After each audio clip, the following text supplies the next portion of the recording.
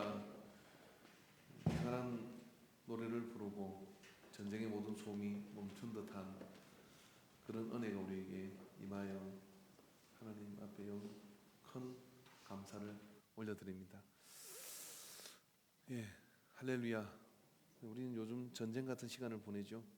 그렇지만 우리에게 은혜가 있고 우리에게 찬양이 있고 우리에게 하나님의 말씀이 있으면 능히 이 모든 전쟁의 소리는 평안의 승리를 얻어낼 줄로 믿습니다. 오늘 설교 제목이 베드로의 종료주일입니다. 사실 베드로에게 생애 최고의 날은 언제였을까요? 베드로에게 생애 최고의 날은 만선이 되는 고기를 잡는 날인 줄 알았습니다. 그물이 찢어질 것 같은 그런 고기를 잡았을 때 주님께서 이렇게 말씀하시죠. 고기 잡은 것이 좋으냐? 이제 너는 사람 낚는 어부가 되라. 라는 이 말에 주님과 베드로가 눈이 마주칩니다.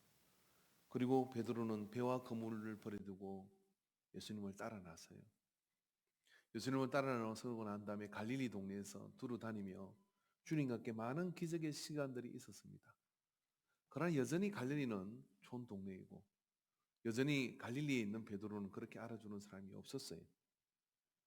그러나 이번 주일날 예수님이 나귀를 타고 예루살렘 성으로 입성하는데 수많은 군정이 겉옷을 깔고 종려나무 가지를 가져다가 바닥에 깔며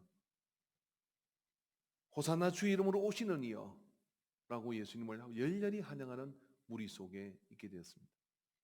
정확하게는 나귀에 그런 고삐를 치고 그 앞에서 가슴을 펴고 그리고 당당하게 내가 이 예수님의 오른팔입니다. 내가 이 예수님의 측근에 있는 사람입니다. 그렇게 환한 얼굴로 내 생애 최고의 날, 드디어 내 인생의 최고의 날이 왔구나. 이렇게 많은 예루살렘의 사람들이 환호하고 그렇게 주목하는 그 시선의 한복판에 예수님 옆에 베드로가 있는 것이죠. 사람들은 베드로의 인상에 굉장히 깊은 인상을 받았을 것입니다. 그리고 그를 기억하게 됩니다. 그 최고의 날이 바로 이 종료주일입니다. 그런데 말입니다. 이 종료주일 날 각인된 베드로의 얼굴은 잠시 후에 급하게 추락하게 됩니다. 주님께서 내가 십자가에 달려 죽을 것이고 그리고 잡힐 것이고 그런 이야기를 합니다.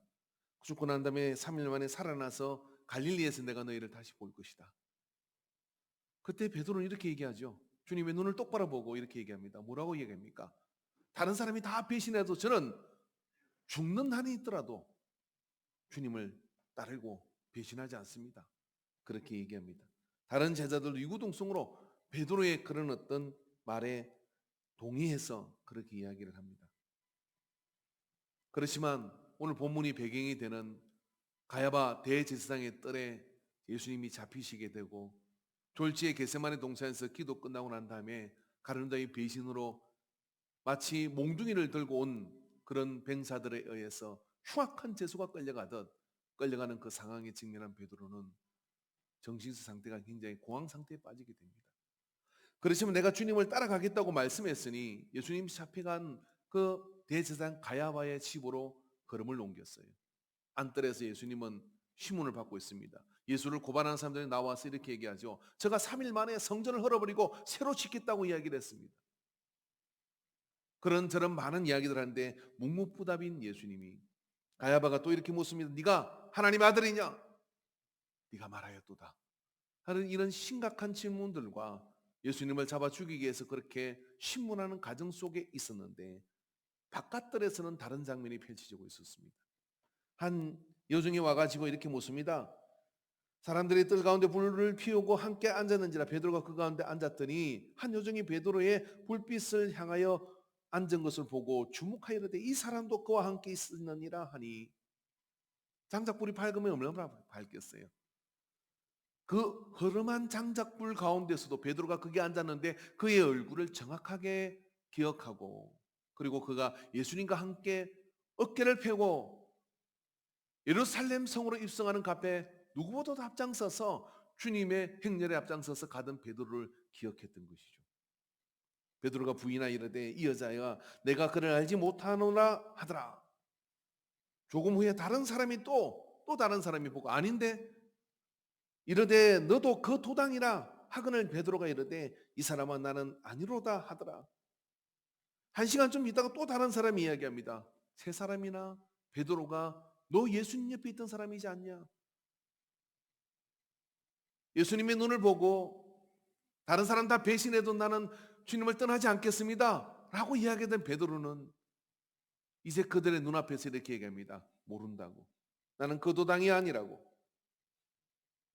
그리고 이 사람아 나는 내가 하는 말을 알지 못하노라 하고 아직 말하고 있을 때 그때 다른 본문에 보면 저주하며 부인을 합니다. 그리 말이 다 끝나기도 전에 닭이 울게 되죠. 꼭요. 한번 해봤습니다. 장면이 이렇게 된 것이죠. 이 사람은 네가 하는 말을 나는 모른다. 말이 끝나기 전에 닭이 울었다는 거예요.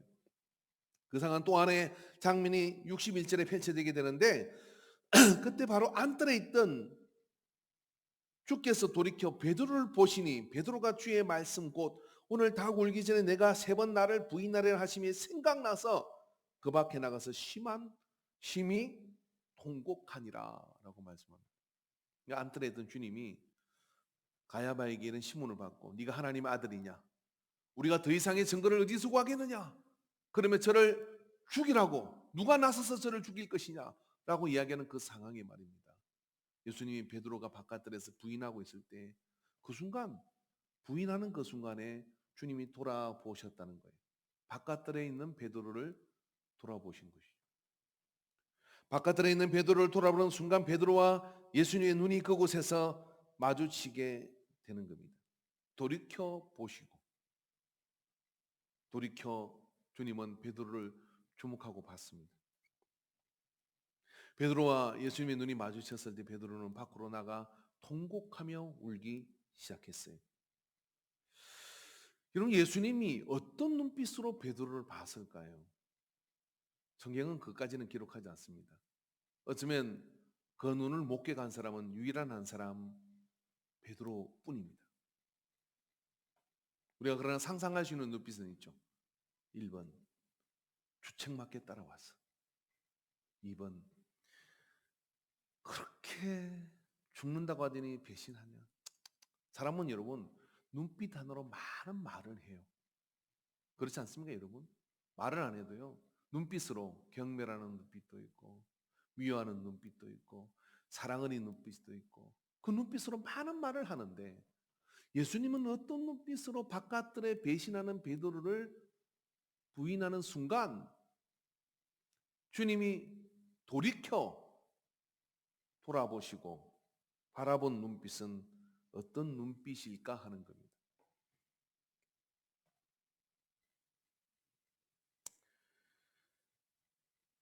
마태복음 26장 35절을 보면 아까 읽었던 말씀이죠. 그때 예수께서 제자들에게 이르시되 오늘 밤에 너희가 다 나를 버리라. 기록된 바 내가 목자를 치니 양떼가 흩어지리라 하였느니라. 그러나 내가 살아난 후에 너희보다 먼저 갈릴리로 가리라. 베드로가 대답하여 이르되 모두 주를 버릴지라도 나는 결코 주를 버리지 않겠나이다. 예수께서 이르시되 내가 진실로 네게 이르노니 오늘 밤 닭 울기 전에 내가 3번 나를 부인하리라. 이때 주님은 베드로를 보고 말씀을 하신 것이죠. 주님은 이 베드로 보고 말씀하신 그것을 참고해 볼 때 너 걸을 줄 알았다 하는 그런 눈빛으로 보지 않았을까요? 주님이 돌이켜 보시면 베드로를 보실 때 베드로가 얼마나 섬뜩했겠습니까?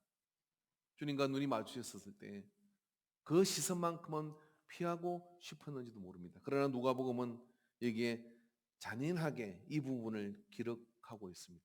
주님이 돌이켜 베드로를 보셨다는 겁니다. 부인하는 순간 우리가 잘하고 그럴 때 모든 시선은 좋습니다.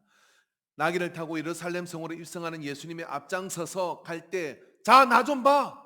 내가 이런 사람이야. 여러분 영광에 함께할 사람은 참 많아요. 그러나 곤란하고 주님이 잡히시고 주님을 안다는 이유 하나로 같은 취급을 받을 수 있고, 좀 주제를 바꿔볼까요? 교회가 곤란하고 주님이 몸된 교회가 연약해지고 어려운 상황에 같이 할 사람은 그렇게 많지 않은가 봐요. 어떤 경우 거기에 생명을 걸어야 된다고 할 때 우리가 베드로가 다를 수 있을까요? 그런 베드로를 보는 예수님의 시선이 어떠했을까 하는 겁니다. 여기 있는 세 사람은, 여종과 또 다른 남자와 또 다른 남자는 사실을 보고 있습니다. 그 사실은 뭐냐면 베드로는 예수님과 함께 다니는 사람이었고 그 중에 가장 유력한 사람이라는 것을 알고 보았고 그래서 본 것을 이야기하는 거예요. 그런데 베드로는 부인합니다. 아니라고. 또 아는 분이 계셔요. 누굽니까? 예수님이 아셨죠. 그래서 예수님도 보시는 겁니다. 그 예수님 눈빛은 경멸의 눈빛이었을까요? 아니면 정죄하는 눈빛이었을까요? 비난하는 눈빛일까? 이제 너 더 이상 따라오지 마 하는 눈빛이었을까요? 우리는 다 그런 눈빛 쏘아보죠. 나를 아프게 하고 나를 배신하고 내가 힘들 때 밟아주고 그런 사람 어떻게 보면 어떻습니까?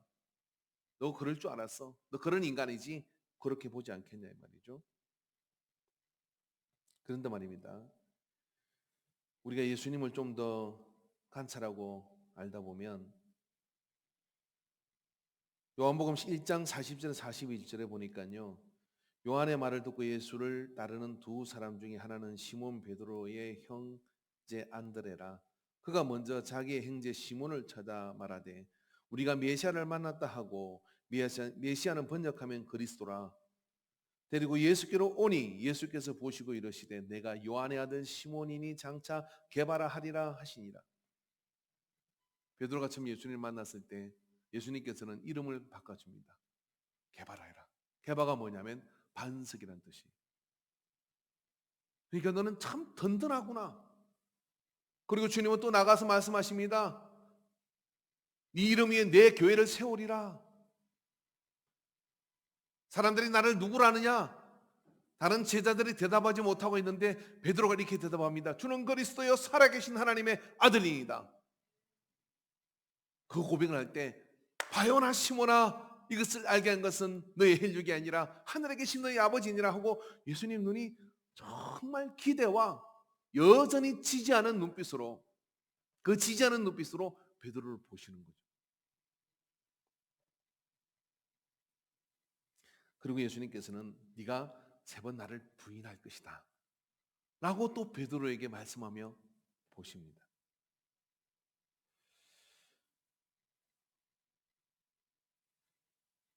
그 베드로가 요한 사도행전 2장 37절에 보면 말씀 좀 띄워줄까요?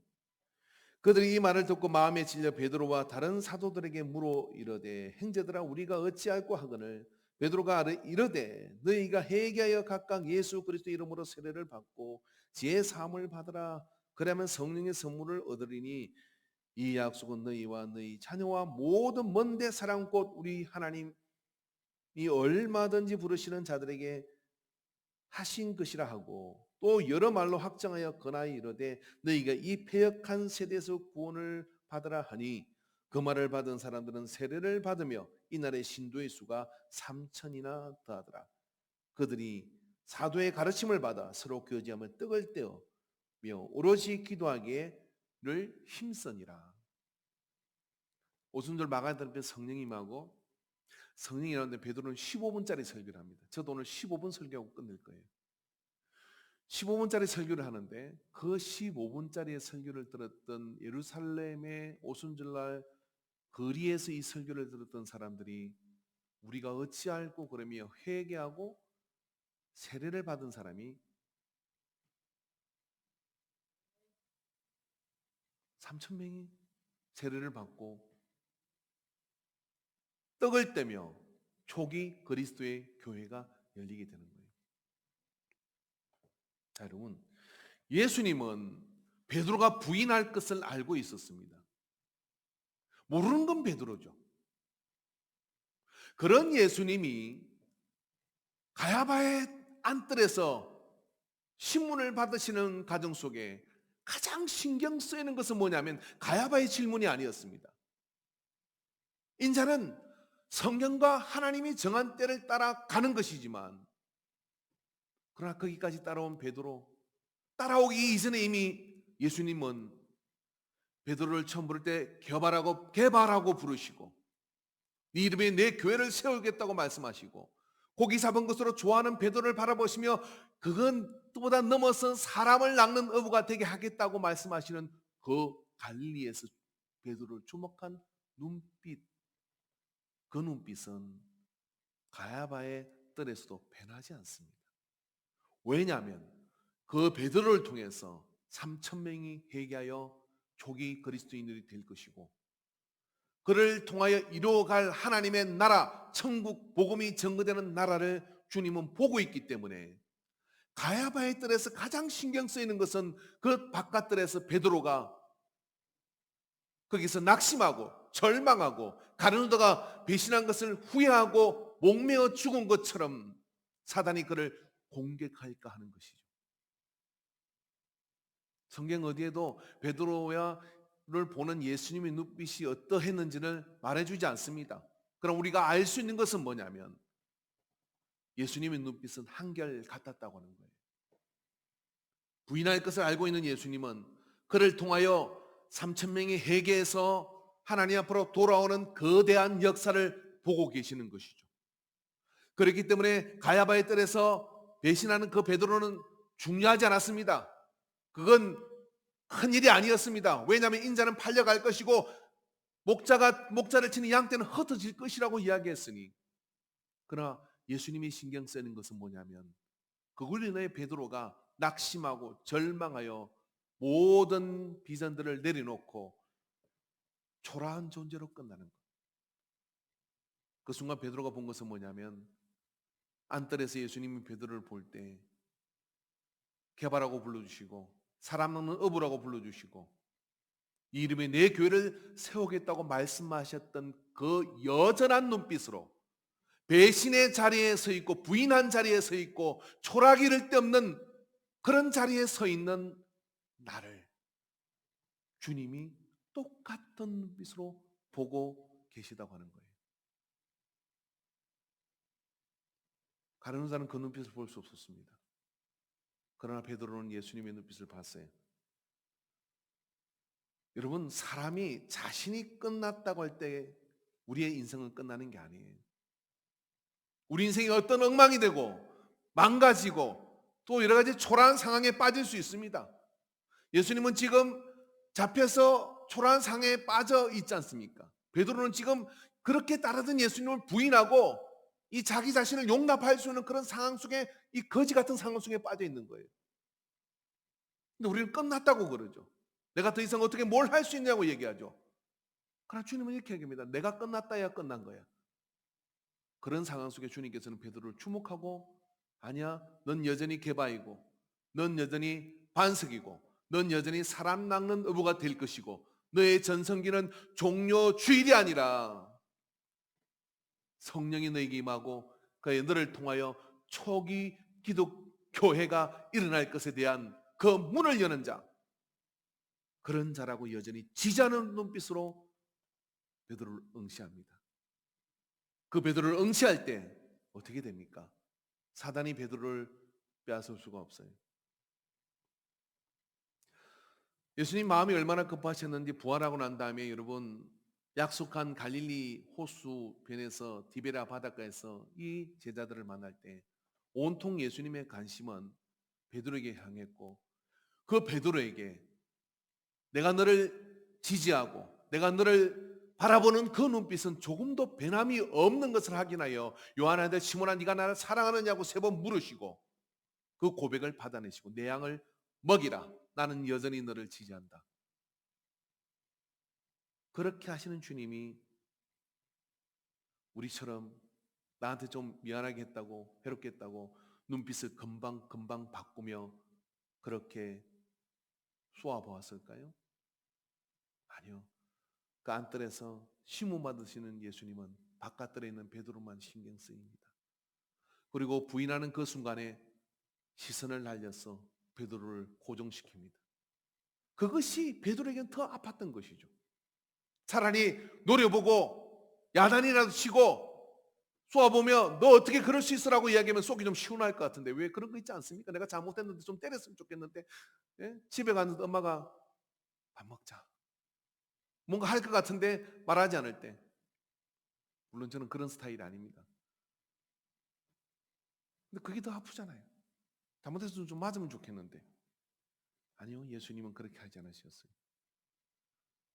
베드로에게 그런 여전히 지지하는 눈빛을 가질 때 베드로는 내가 무엇을 어떻게 잘못했는지를 알 뿐만 아니라 다시 주님 앞으로 나갈 수 있는 용기를 가지게 됩니다. 주님이 차려놓은 조반 앞으로 나가서 그 조반을 먹으며 그의 모든 놓쳐버리고 잃어버렸던, 무너져버렸던 그 속에 내 힘으로 하는 것이 아니라 이제 주의 말씀을 통해서만 내가 일어날 수 있음을 고백하는 그 고백의 자리로 나갈 때 베드로는 다시 위대한 사도가 되어서 주의 사명을 감당하고 나갈 수가 있었던 것이죠. 여러분, 예수님이요 베드로를 그렇게 보신 것처럼 우리의 실패, 우리 아주 치졸함, 우리 같은 그 유치하기를 데 없는 어떤 배신들, 상경이 그래서 생활이 그래서 그렇게 내놓아또 버리고 뒤로 물러나 버리고 사단에게 내어줘 버리고 다 좋습니다. 근데 여러분, 그보다 중요한 것은 뭐냐면 주님이 나를 무엇으로 부르셨느냐가 중요합니다. 왕 같은 제사장으로 우리를 불러주신 줄로 믿습니다. 우리의 상황과 그런 한계 속에 어떻게 무너졌든지 간에 그것보다 중요한 것은 주님이 나를 부르시고 나를 뭐라고 불러줘? 너는 사람 낚는 어부이다. 내가 너를 통하여 내 일을 하겠다라고 말씀하셨으면 그게 결론인 겁니다. 그걸 내가 믿는 순간, 그리고 주님을 응시하십시오. 주님이 나를 그렇게 지지하며 불러주고 계시는 거예요. 우리가 그 주님의 시선이 교차되었을 때 의무나 책임이나 강요가 아니라 주님이 나를 알아주시는 그 사랑 때문에 어떻게 되느냐면 기꺼이 이 사명의 길을, 이 길을 완주하게 되는 줄로 믿습니다. 여러분, 주님이 베드로가 이 예수님의 시선을 맞이하는 순간 참 많은 것들이 바뀌어 버리게 돼요. 여러분, 다른 사도들 야고보라든지 다른 여러 사도들이 있습니다만은 특히 베드로는요 우쭐하기 좋아하고 나서기 좋아하고 그런 베드로는 이제 이후의 사역 동안에 누구도 정죄하지 않습니다. 왜 그러냐면 예수님이 나를 바라본 그 시선이 붙들고 있었기 때문에 여러 상황 가운데 그 모든 것을 보듬고 그 가운데 지지와 그런 신뢰를 계속해서 보내는 그 시선으로 초기 제자를 세우고 세워가는 그런 수장으로서의 역할을 해내게 돼요. 여러분, 우리가 주님의 시선을 마주하는 곳이 영광스러운 곳에서 마주하는 경우가 드뭅니다. 정말 초라하고 망가졌을 때 우리에게 다가오는 사람이 진짜 친구죠. 진짜 나를 배려하는 사람이죠. 주일학교 성탄절에 제가 잊을 수 없는 체험이 하나 있는데, 제가 그렇게 중요한 역할도 안 했는데 목동 3, 자 이제 우리 같이 베들레헴 성으로 가보자 이거였어요. 대사를 까먹었어요. 연극을 하는데 순간 얼었당이 돼가지고 멈춰 있는데 옆에 목동이 한 살 많은 주일학교 선배가 있었는데 정말 연극을 잘했어요. 재치 있게 애드립으로 내 대사를 뺏어가서 그 시간이 지나갔습니다. 연극이 다 끝났어요. 지구멍이 있으면 어디 들어갔으면 좋겠더라고요. 초등학생임에도 불구하고 내가 뭘 잘못했는지를 알겠어요. 연극 다 끝났는데 그때 청년이었던 어떤 선생님이 나한테 와서 어깨를 이렇게 싸나하며 오늘 연기가 너무 좋았어. 너 때문에 얼마나 연기가 생명이 있었는지 몰라. 그러면 너의 그 침묵이 이 연극에 맛을 살렸다는 거예요. 이제 세월이 지나 보니까 그게요 뻥이라는 게 알 것 같아요.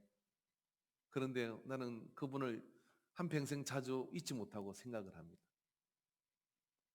실수할 수 있고 잘못할 수 있는데 우리 예수님은 제자를 어떻게 세워 가시냐면 여전히 똑같은 눈빛으로 지지하며 그 신뢰로 바라봐 주는 것. 이것보다 강한 것은 없습니다.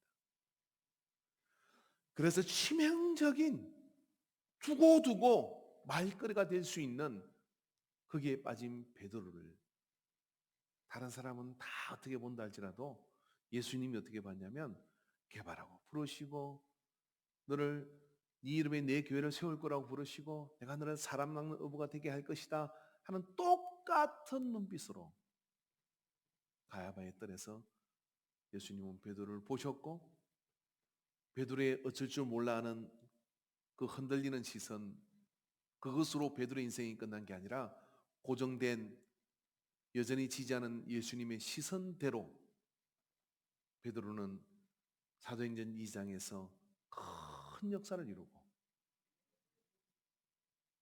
예수님이 보신 그 가치대로 살아가는 삶의 여정을 완주하게 됩니다.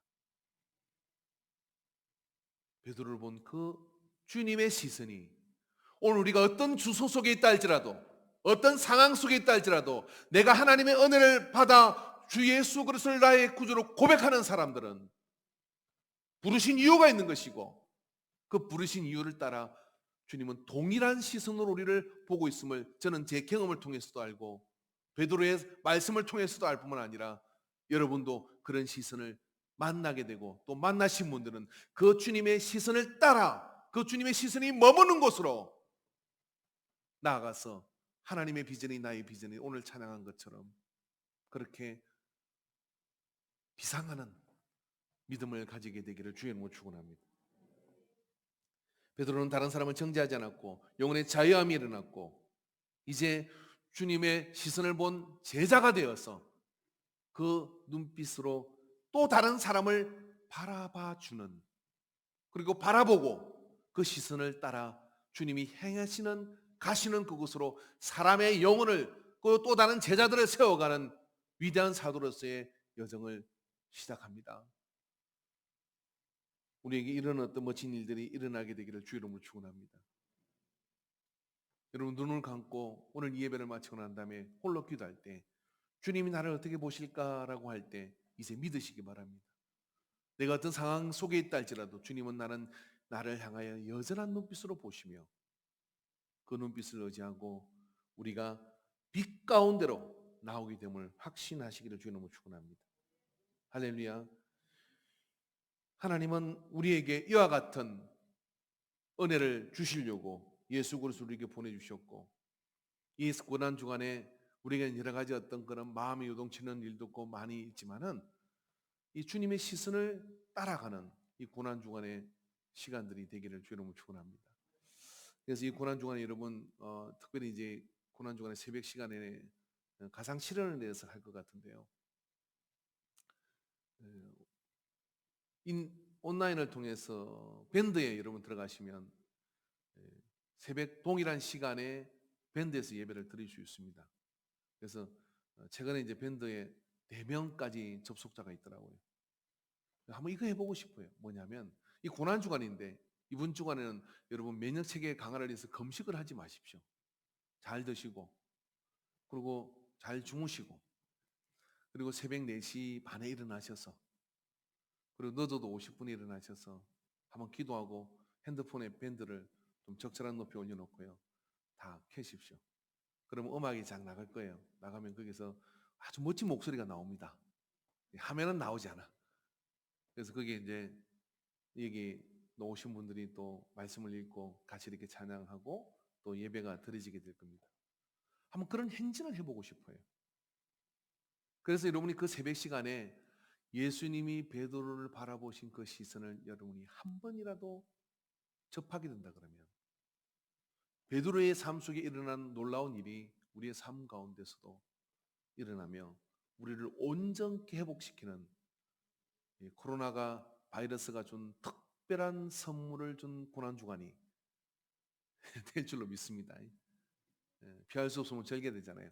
그래서 우리가 그렇게 한번 이 밴드상에서 그런 예배에 흐름이 일어나게 되기를 바랍니다. 우리 밴드에 속해 있는 사람이 한 190명 정도 되는 것 같아요.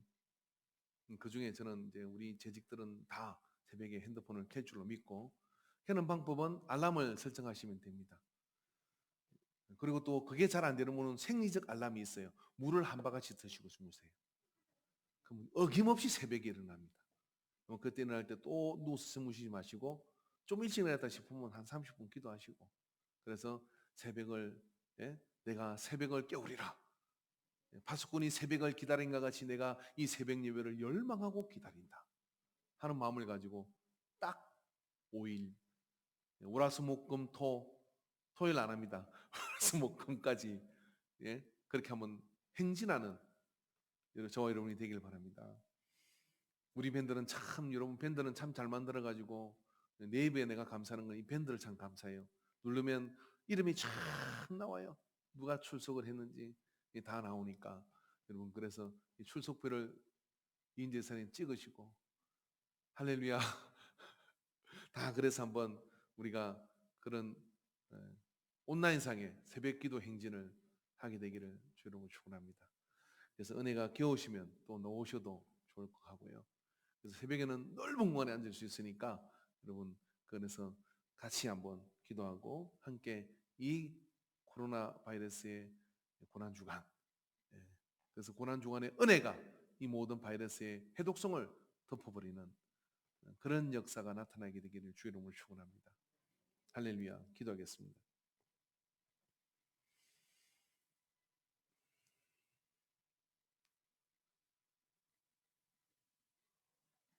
주님, 베드로만 배신한 것이 아니라 우리도 우리의 생활 속에 얼마나 많은 내어줌이 있었는지 모릅니다.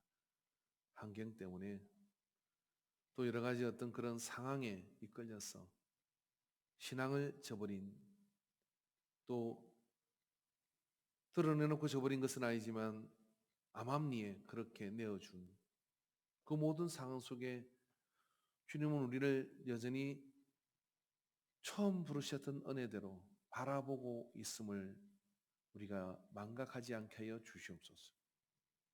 베드로를 그 시선으로 이렇게 써서 사도행전 2장의 그 역사를 이루는 것처럼 우리를 나의 나된 것은 전적인 하나님의 은혜라고 고백하는 것처럼 주님이 보시는 대로, 주님이 보신 그대로 허상이 깨어지고 현상이 실상이 되는, 믿음으로 보는 그 실상대로 되어지는 역사를 누리게 하여 주시옵소서.